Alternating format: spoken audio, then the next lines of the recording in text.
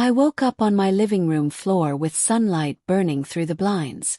My neck ached from sleeping at a bad angle. I pushed myself up, ready to start another boring Sunday. That's when it happened. A bolt of lightning shot through my right knee. White-hot pain exploded up my leg. I screamed and crashed back down onto the rug. My heart pounded so hard I thought it would burst through my chest. I grabbed my knee with both hands, gasping for air. The pain was unlike anything I'd ever felt. It wasn't just pain. It was terror. My legs were shaking, completely out of my control. I tried to breathe, tried to think, tried to understand what was happening to my body. The door seemed miles away. My phone sat on the coffee table, so close but impossible to reach. Then I heard it. A soft cracking sound deep inside my knee. Then nothing. Just heavy silence and the sound of my own panicked breathing filling the room. I waited, hoping the pain would fade. Didn't. I gritted my teeth and tried to stand again. Big mistake. The moment I put weight on my right leg, the knee buckled completely. I collapsed hard, banging my elbow against the floor. This time the pain was worse, sharper, meaner. My leg felt like it belonged to someone else. Just hung there useless and limp. Panic crawled up my throat. What if I never stand again? What if something inside broke permanently? Sweat soaked through my shirt and dripped down my back. My pulse hammered in my ears like drums. I closed my eyes and saw myself running. Track. The crowds. The medals hanging around my neck. I used to fly across those lanes. Now I couldn't even stand in my own living room. I opened my eyes and stared at my leg. Then I felt it. Movement. Something sliding inside my knee like a bone shifting out of place. My mind flashed back to last month. I'd felt a quick stab of pain after jogging. It lasted maybe 10 seconds, then disappeared. Carl told me to see a doctor. I laughed and said I was fine. Athletes always have aches, right? Now, lying here helpless, I regretted every ignored warning. I dragged myself toward the couch, using my elbows and one good leg. Pain roared through my body with every movement. I grabbed the chair leg and tried pulling myself up. My knee snapped. Not loudly, but I felt it deep inside the joint. I screamed and fell back down, hitting my head against the floor. Stars exploded in my vision. My fingers brushed against something smooth. My phone. Hope surged through me. I stretched my arm as far as it would go. My fingertips touched the edge of the phone. Then it buzzed. The vibration sent it sliding across the table, just out of reach. I wanted to cry. The pain pulsed with every heartbeat. Thump, thump, thump. The room felt smaller now, like the walls were closing in. The air grew thick and heavy. I couldn't get enough oxygen into my lungs. My breathing came out shallow and quick. I opened my mouth to call for help, but my voice came out as a weak, trembling whisper. Nobody would hear me.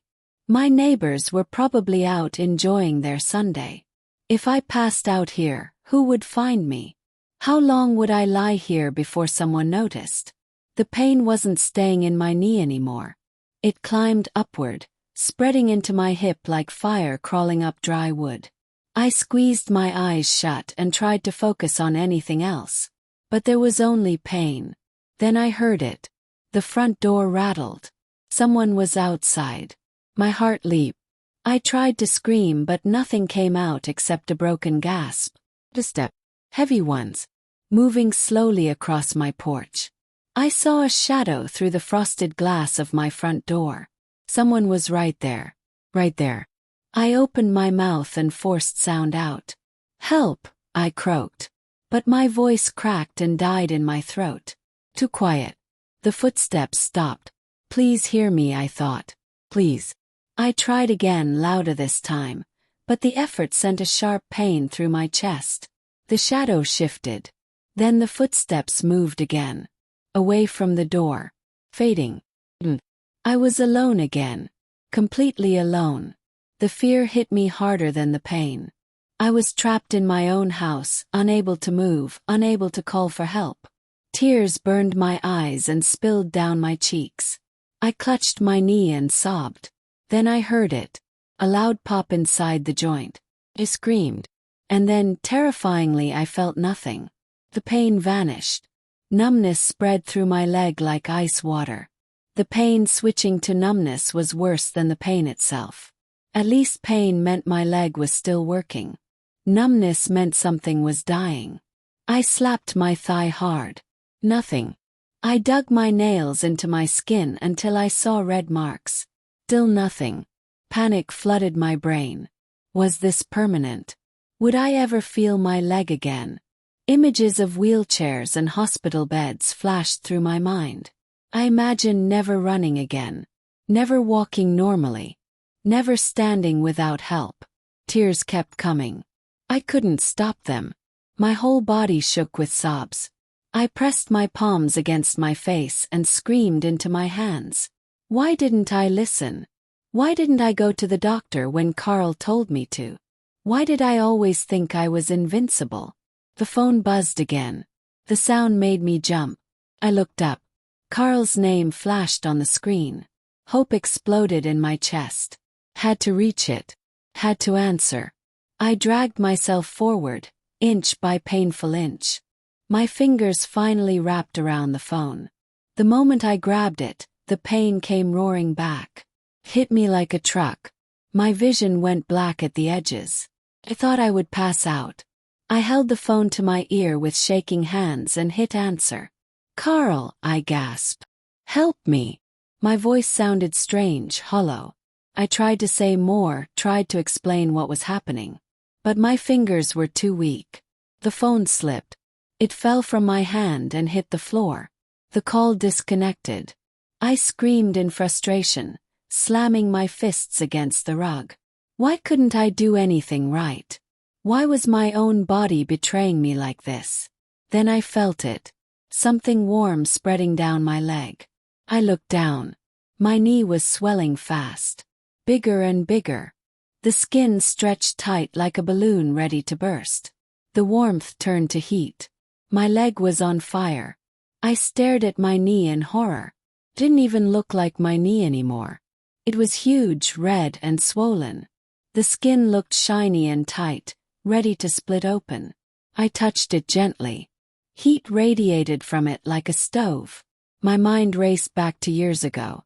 An orthopedic doctor explaining something to me after a bad fall. He said heavy strain on joints could wear down cartilage early. He said athletes often pay the price later in life. I didn't listen. I thought I was different. I thought I was stronger. Now his words haunted me. Was this permanent? Was this degeneration? Arthritis? Would I spend the rest of my life like this, in pain, unable to move? My chest tightened. I couldn't breathe properly. Then I felt it. Something snapped inside the joint. Not loud. Just a quiet, sickening shift. My entire body went stiff. I couldn't move. Couldn't breathe. Couldn't think. I just lay there, frozen in terror. My brain drifted. I wasn't in my living room anymore. I was back on the track. The sun was setting. The crowd was roaring. I was 19 and flying. My legs were strong.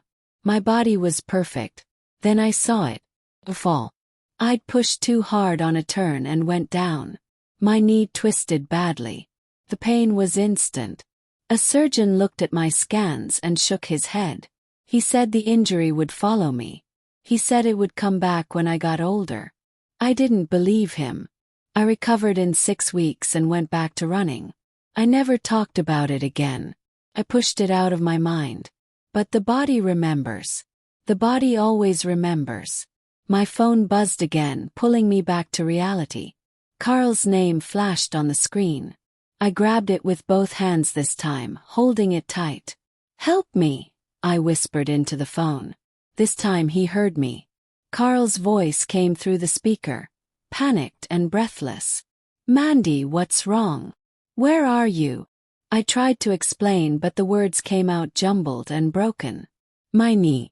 I can't move. Hurt so bad. Please come. He promised he was on his way. But then he said the words I didn't want to hear. I'm stuck in traffic. It's going to be at least an hour. An hour. 60 minutes. I looked at my knee. It was still swelling. The pain pulsed with every heartbeat. Thump, thump, thump. Each beat sent a fresh stab of agony up my leg. My vision started blurring. I blinked hard, trying to stay focused. I couldn't pass out. Not now. I tried to stand one more time. I used every ounce of strength I had left. Got halfway up. Then my leg gave out completely. Crashed down hard. My head hit the floor. Then I felt it. A strange tingling in my foot. Spread quickly. Then my toes went completely numb. The tingling climbed up from my toes to my ankle. Then it just stopped. Total numbness. I realized what was happening. The swelling was so bad it was crushing the nerves. My breathing grew tight and shallow. My thoughts turned foggy. I kept asking myself the same question over and over. Will I ever walk again? I tried shifting my leg to relieve the pressure. The moment I moved, lightning shot up my spine. I screamed and froze. Something was very, very wrong. This wasn't just a sprain. This wasn't just inflammation. This was serious. I could feel it in my bones. My body was shutting down. I tried to stay calm. I tried to breathe slowly. But fear wrapped around my chest like a vice. Then I heard it. Soft grinding sound. Came from inside my knee. Every time I moved, even slightly, the grinding got louder. Sounded like bones rubbing together. I stopped moving completely. I just lay there waiting, praying for Carl to arrive. Sirens wailed in the distance. Relief flooded through me. Carl had called for help. Within minutes, paramedics burst through my door. They moved fast, checking my pulse, examining my knee, asking questions I barely heard. One of them, a woman with kind eyes, looked at my swollen knee and frowned. Possible acute osteoarthritis flare with mechanical instability, she said to her partner. My heart sank. Osteoarthritis. The word hung in the air like a death sentence. I'd heard of it before. Old people got it. Not athletes in their 20s. Not me. But here I was, unable to move, my knee destroyed. They prepared to lift me onto a stretcher. Before they did, I grabbed the woman's arm. What should I do if this happens again and I'm alone? I asked, my voice shaking. She looked at me seriously. Then she paused. Let me tell you exactly what to do, she said. I listened carefully, hanging on every word. The paramedic spoke slowly and clearly, making sure I understood every instruction. First, stop all movement. Don't try to stand or walk. Stay still. He nodded. Use the rice method. Rest the joint completely. Ice it for 15 to 20 minutes every few hours. Wrap it with an elastic bandage for compression. Elevate it above your heart level. I repeated the steps in my head. Rest. Compression. Elevation. Take anti-inflammatory medication like ibuprofen if you can. But avoid heat for the first 2 days. Heat makes swelling worse. She looked me in the eyes. And this is important. If you have severe swelling, numbness, or you can't bear any weight at all, call for medical help immediately. Don't wait.